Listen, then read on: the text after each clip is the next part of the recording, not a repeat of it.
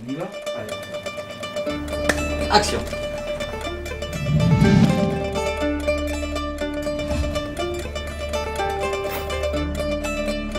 Olivier Lepé, généticien des populations. J'étudie les marqueurs génétiques pour mieux comprendre l'écologie et l'évolution des espèces. Je travaille sur le poisson migrateur, et en particulier le saumon atlantique.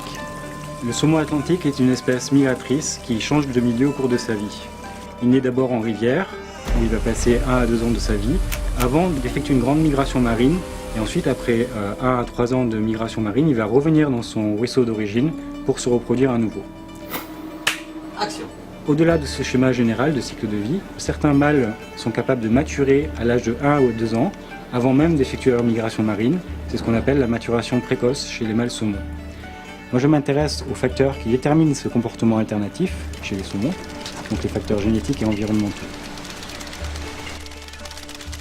Pour tester s'il existe des facteurs génétiques liés à la maturation mâle précoce, nous avons effectué des fécondations artificielles croisant des œufs de femelles saumons avec soit des mâles précoces, soit des mâles migrants.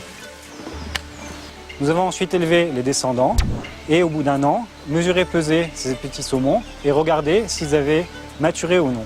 Ensuite, nous avons effectué des prélèvements de tissus pour effectuer les analyses génétiques. B.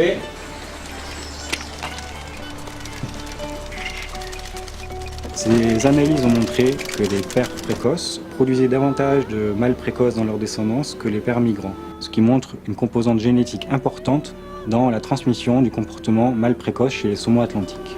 Nous allons ensuite étudier davantage de marqueurs génétiques afin de mieux comprendre quelles zones du génome sont impliquées dans la maturation des mâles précoces. Je fais un clap, c'est ça? Action! Ces études vont permettre de mieux comprendre les modalités de transmission des comportements chez les saumons et ainsi améliorer les pratiques de gestion et mieux conserver la population naturelle de saumons. Ce qui me passionne dans mon métier, c'est le travail en équipe avec des personnes aux compétences variées et aux parcours diversifiés. Également, les différentes activités nécessaires à l'accomplissement d'un projet de recherche, ce qui fait qu'être chercheur, c'est un peu une aventure le jour le jour. Au quotidien en fait, plus, non?